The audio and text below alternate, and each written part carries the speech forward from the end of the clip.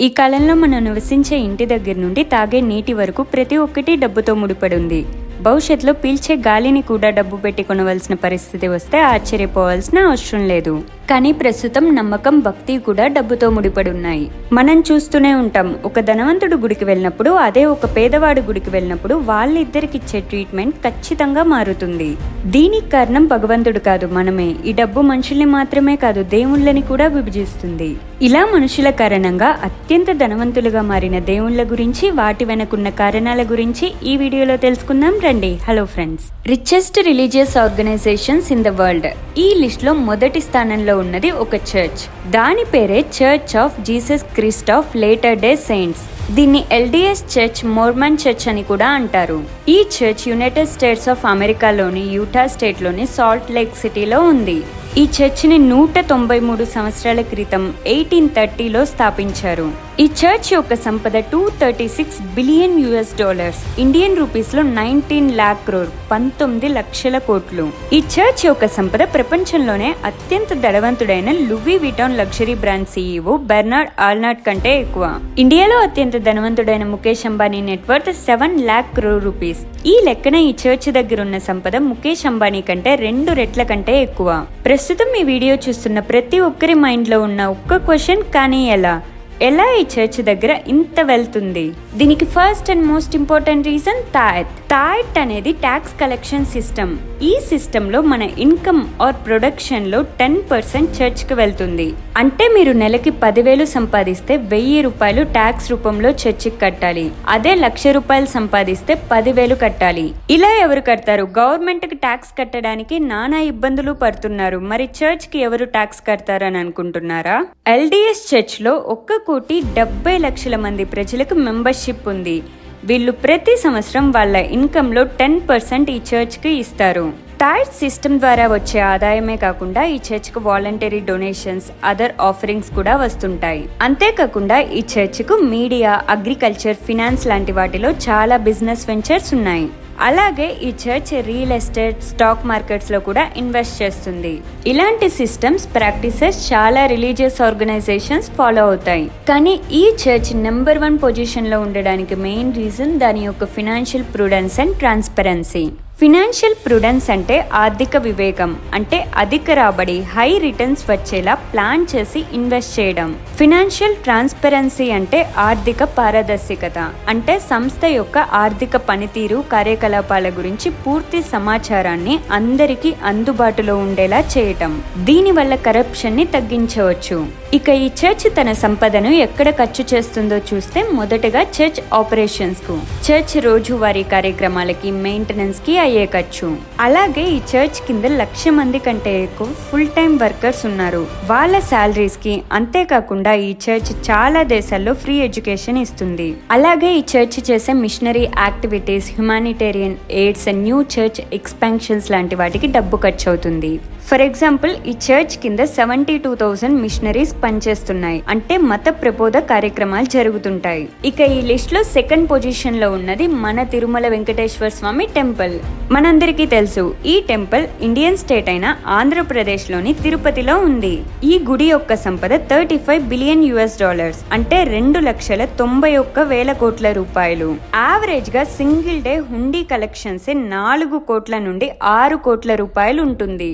అంతేకాకుండా ఈ టెంపుల్ కి చాలా ల్యాండ్ హోల్డింగ్స్ ఉన్నాయి. అలాగే ఈ temple government securities, fixed deposits లో ఇన్వెస్ట్ చేస్తుంది.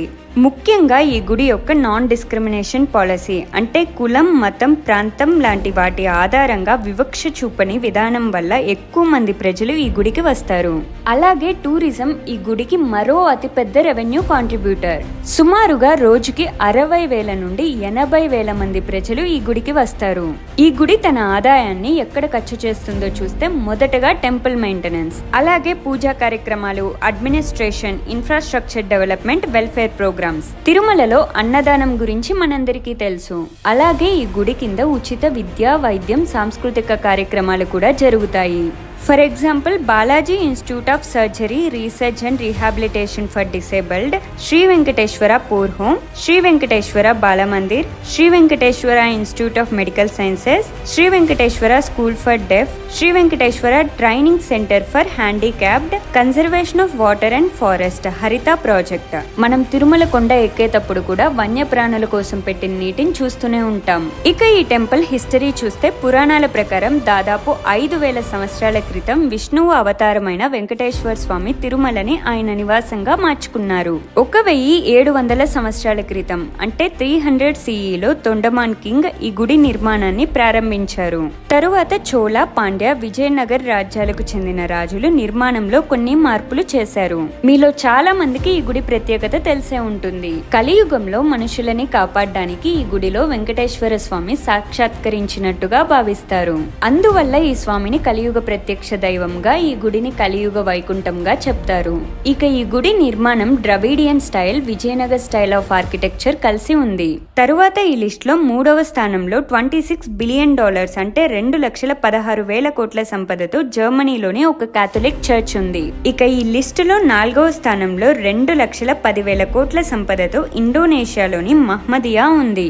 ఇది దేవుణ్ణి పూజించే లేక ప్రార్థించే స్థలం కాదు, ఇది ఒక ఇస్లామిక్ నాన్ గవర్నమెంటల్ ఆర్గనైజేషన్. అంటే ఇది ఇస్లాం మతానికి చెందిన ఒక స్వచ్ఛంద సంస్థ.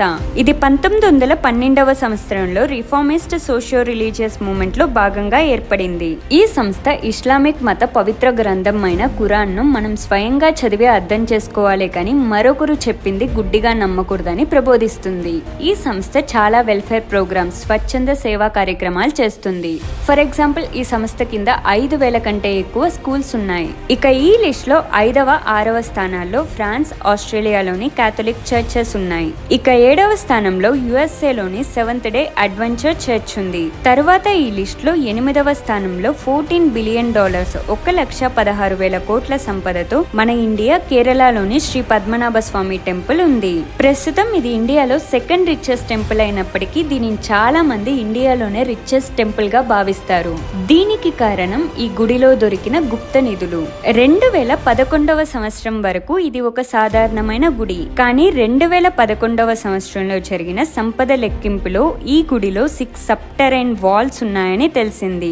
మొత్తం 6 గదుల్లో 5 గదులు ఓపెన్ చేశారు. అందులో బంగారు నాణాలు, విగ్రహాలు, వజ్రాల కిరీటాలు లాంటి 1,16,000 కోట్ల సంపద దొరికింది. అంతే, ఈ గుడి పేరు దేశం మొత్తం వినిపించింది. ఈ గుడిలో ఉన్న ఒక్క గది ఇంకా ఓపెన్ చేయలేదు. ఆ గది తెరవడం ప్రమాదమని కొందరు అంటే మరికొందరు ఆ గదిలో మరింత ఎక్కువ సంపద ఉండొచ్చని అంటారు.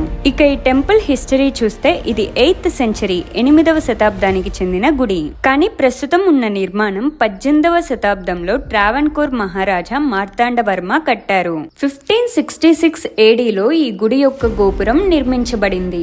ఈ గుడి అరుదైన చేరా స్టైల్ ఆర్కిటెక్చర్ లో ఉంటుంది. అలాగే ఈ గుడి నిర్మాణంలో కేరళ ద్రవిడియన్ నిర్మాణ పద్ధతులు కూడా వాడారు. ఈ గుడి చూడటానికి తమిళనాడు కన్యాకుమారిలోని ఆదికేశవ పెరుమాళ్ టెంపుల్ లానే ఉంటుంది. తిరువనంతపురం పేరుకు తమిళ్లో అర్థం సిటీ ఆఫ్ అనంత అని, అంటే అనంతుడైన విష్ణువు యొక్క నగరం అని. ఈ గుడి వైష్ణవిజంలో చెప్పిన 108 దివ్య దేశంస్ లో ఒకటి. దివ్య దేశం అంటే విష్ణువు ఉండే పవిత్రమైన స్థలం. ఇక ఈ లిస్ట్ లో 9వ, 10వ స్థానాల్లో ఇంగ్లాండ్, స్వీడన్ లోని చర్చిలు ఉన్నాయి. ప్రతి మనిషికి నమ్మకం, ప్రశాంతత అతి ముఖ్యమైనవి. మనం ప్రశాంతంగా లేనప్పుడు మనం పవిత్రంగా భావించే ఒక చోటుకు వెళ్లి అక్కడ పూర్తి నమ్మకంతో ఏదైనా కోరుకోగలగడం మంచి విషయం. బాలోర్ యూనివర్సిటీ స్టడీ ప్రకారం దేవుణ్ణి నమ్మే వారిలో సక్సెస్ రేట్ ఎక్కువగా ఉంది. అలాగని దేవుణ్ణి నమ్మితే మాత్రమే సరిపోదు, మన వైపు నుండి కూడా కృషి ఉండాలి. ఈ కృషి విద్యా వైద్యంతోనే సాధ్యం.